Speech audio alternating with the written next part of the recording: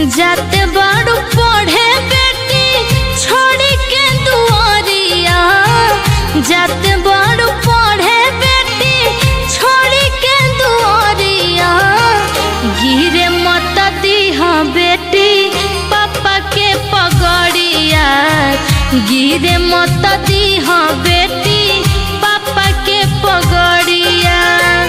बाउर भइल बाटे सबके नजरिया, बाउर भइल बाटे सबके नजरिया। गिरे मत दीहा बेटी पापा के पगड़िया, गिरे मत दीहा बेटी पापा के पगड़िया।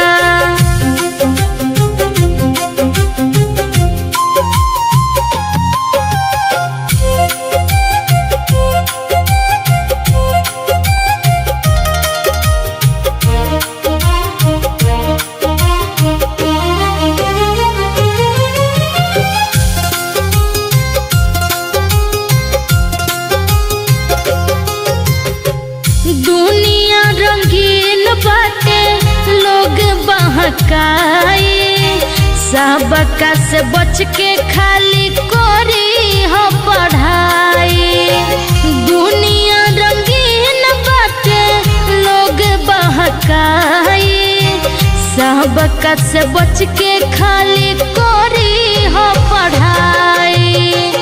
हंसता जमाना सबके मुँह करी हो करिया, हंसता जमाना सबके मुँह करी हो करिया।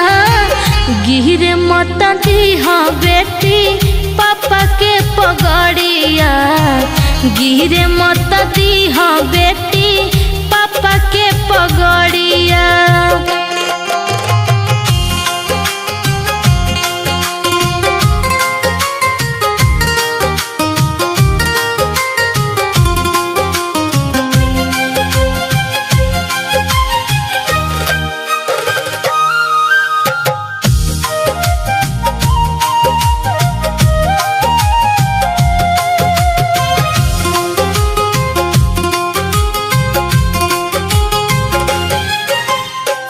हर घर के इज्जत होली बेटी एनु धान हो, बुझी हसलोनी अपना पापा के मान हो।